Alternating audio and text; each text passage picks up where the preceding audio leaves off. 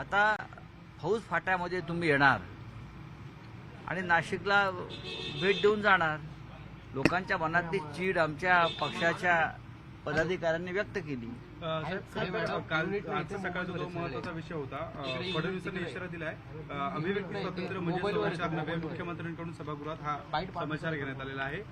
ज्या पद्धतीने आता हे अभिव्यक्ती स्वातंत्र्याची व्याख्या राज्याच्या मुख्यमंत्र्यांनी समजून घेतली पाहिजे.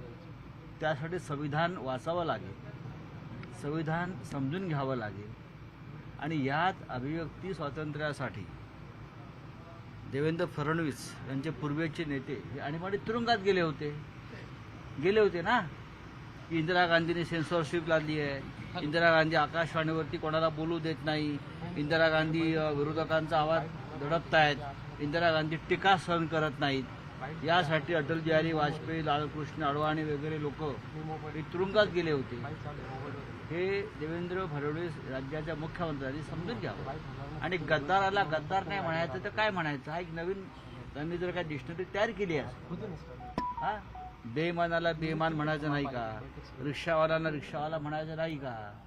त्यानंतर जे गद्दार गुवाहाटीला गेले मग तो इतिहास बदलायचा का, हे रेकॉर्डवरती आहे. हे जर एखादा कोणी कलाकार त्याच्या माध्यमातून हे मांडत असेल तर याच्यामध्ये तुम्हाला चिंता वाटण्याचं कारण नाही. कामरांच्या संदर्भात विटंबनावर आपल्या पक्षामध्ये विसंवाद पाहायला मिळतोय. कुठेतरी कौतुक आपल्याकडनं केलं जाते असं म्हटलं जातं. अनिल परब म्हणताय की अशी टीका करणं चुकीचं नाही. मला त्यांच्याविषयी माहीत नाही. आता उद्धव ठाकरे माननीय थोड्या वेळाने त्याच्यावरती विधिमंडळात बोलणार आहेत. पण मी जे बोलतोय ते पक्षाची भूमिका आहे.